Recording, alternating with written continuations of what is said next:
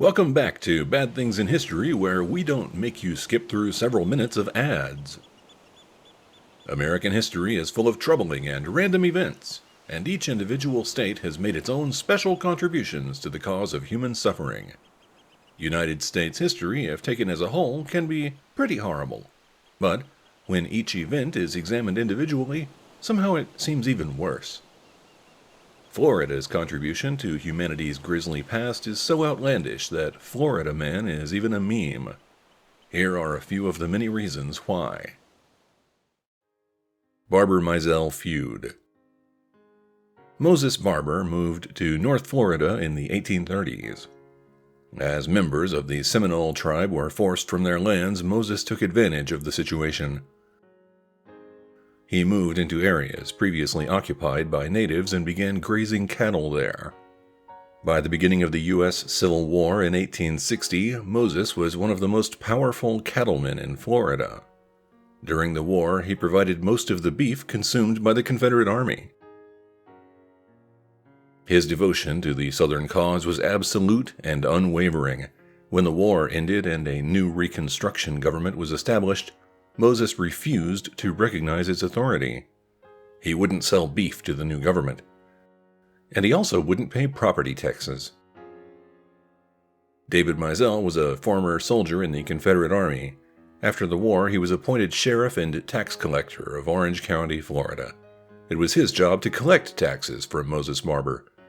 Moses simply refused to pay, so Dave decided to find compensation in other ways.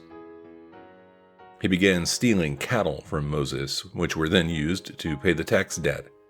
This caused tensions to escalate. Moses said that if he saw Dave on his property again, then Dave was a dead man. Dave Mizell either didn't believe Moses or didn't care. On February 21, 1870, Dave Mizell and two of his sons crossed a creek. They crossed onto land owned by Moses. He kept his word and with a single shot killed Dave Mizell. As Dave lay dying, he told his sons to forgive Moses. They didn't listen. The result was a family feud that continued for years. Members on both sides of the Mizell and Barber families were killed in order to exact revenge. By some accounts, at least 13 people were murdered. Nobody knows what happened to Moses Barber. He either died or disappeared around 1870. The family feud finally ended in the 1940s when a member of the Barber family married a member of the Mizell family. Harry and Harriette Moore. Florida has a long and unfortunate history with racial violence. Sometimes even the most undeserving victims were not immune to the wrath of prejudice. As a young man, Harry lived with his aunts in Jacksonville. They were teachers and awakened in him a curiosity about learning. The women also educated Harry on the reality of racism in Florida. Harry Moore became a teacher himself, then found a position at an elementary school. While there, he met Harriette, who was a teacher as well. The two were married on December 25, 1926. In 1934, the Moores established a chapter of the NAACP in Broward County, Florida. Harry used the organization to help fight against racial injustice in Florida. He advocated for equal pay for black teachers. Harry and Harriette also investigated lynchings. Most importantly, they helped members of the black community register to vote. Eventually, their social activism caused Harry and Harriette to lose their jobs as teachers. They became paid organizers for the NAACP and continued fighting for the rights of black people. Eventually, Harry was appointed director of the Florida branch. The couple's lives of activism would have serious and unfortunate consequences. On the evening of December 25, 1951, Harry and Harriette had just finished celebrating Christmas. It was also their 25th wedding anniversary. They retired to their bedroom for the evening. Soon after settling in for the night, a bomb exploded. Somebody had placed dynamite under the floor of their bedroom. Hospitals in Florida at that time were racially segregated. The nearest hospital that would accept African Americans was nearly 30 miles away. Harry died in the ambulance while being transported. Harriette survived long enough to receive treatment. Unfortunately, she passed away from her injuries 9 days later. The assassin who planted the explosive device was never found, but the event triggered protests and marches all over the United States. In a memorial service held in March 1952, the poet Langston Hughes offered the following poem. "And this he says, our Harry Moore, as from the grave he cries, no bomb can kill the dreams I hold, for freedom never dies." Hotel Roosevelt Fire. The city of Jacksonville, Florida, has hosted the Gator Bowl since 1946. This is a college football game that is very popular and attracts a lot of tourists. The Hotel Roosevelt was a luxury hotel in the downtown area. It was first constructed in 1925. The wealthier college football fans stayed there while visiting. On December 29, 1963, a fire started on the first floor of the hotel. It never reached above the second floor, but smoke started filling the building. Residents couldn't go down, and they couldn't stay in their rooms either. The fire department arrived, but their ladders were not long enough to reach guests on the top floors. Some of the guests started throwing mattresses on the ground, hoping it would soften the landing when they jumped. One woman made a rope from bed sheets and tried to climb down. The makeshift rope failed, and she fell to her death. The assistant fire chief kept trying to save people from the fire. Before he could complete the task, he had a heart attack and died. Mayor William Hayden Burns realized the fire department couldn't save everyone. He asked the U.S. Navy for assistance. They flew helicopters into the city and retrieved those that the fire department couldn't save. Nearly 475 people were saved from the burning building. Among them was Miss America for 1964, Donna Exum.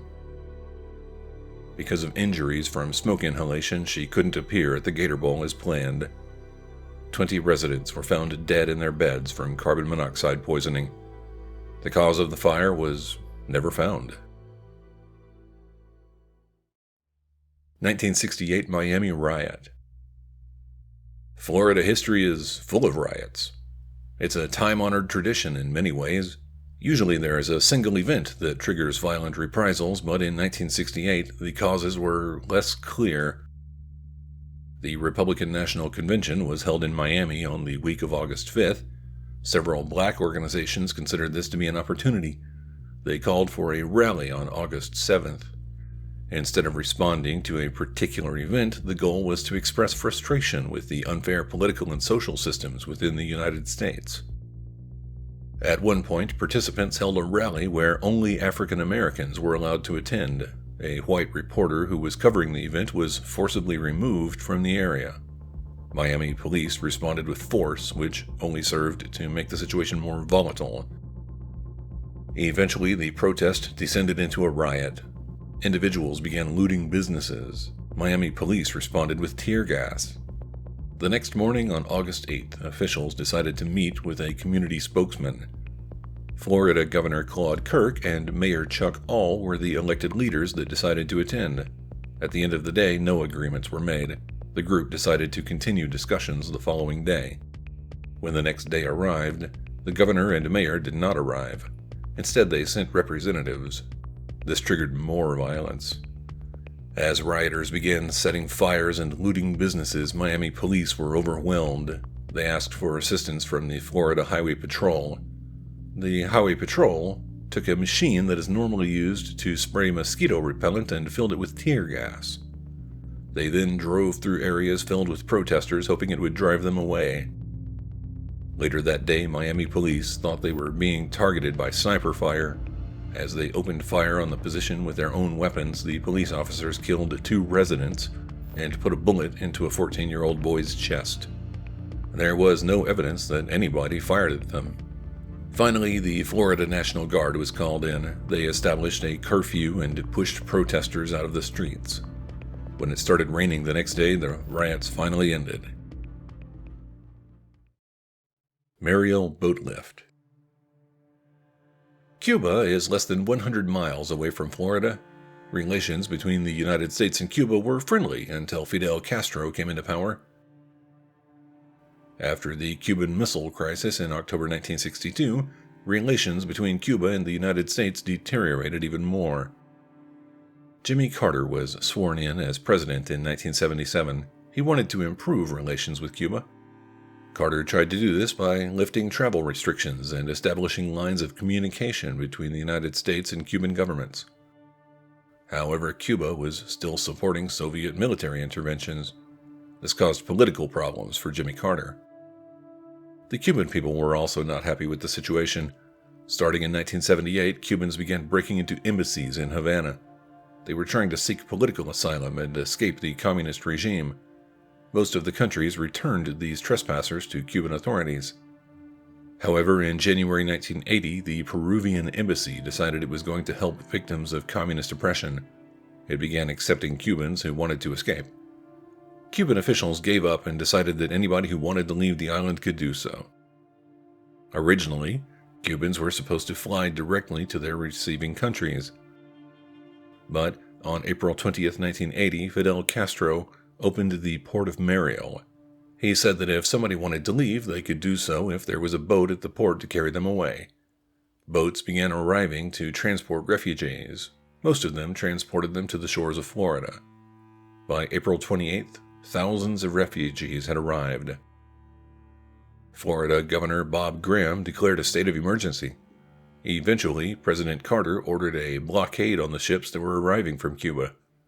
Despite these efforts, around 125,000 refugees arrived in Florida. In October 1980, the United States and Cuba reached an agreement which stopped the flow of asylum seekers into the country. Lime Street Fire. Arson investigations are tricky business, and sometimes the experts claim something to be true when it isn't. On October 16, 1990, a fire started at a house on Lime Street in Jacksonville, Florida. The house was made of wood and quickly began burning out of control. When responders arrived, they found Gerald Wayne Lewis standing in the front yard. He was holding his young son, but 6 other people remained trapped in the house. Authorities were suspicious.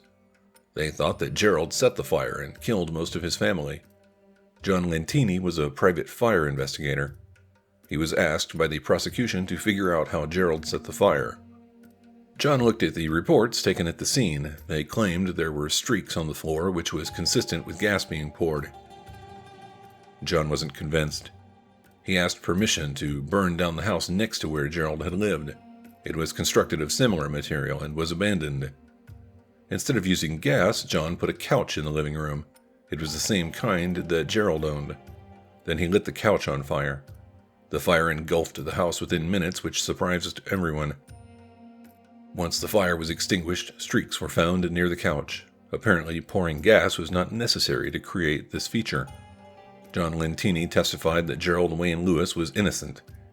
John later said, "I had come within 24 hours of giving testimony that could well have sent an innocent person to Florida's electric chair. Needless to say, I was chastened by the experience. My professional life was never the same again."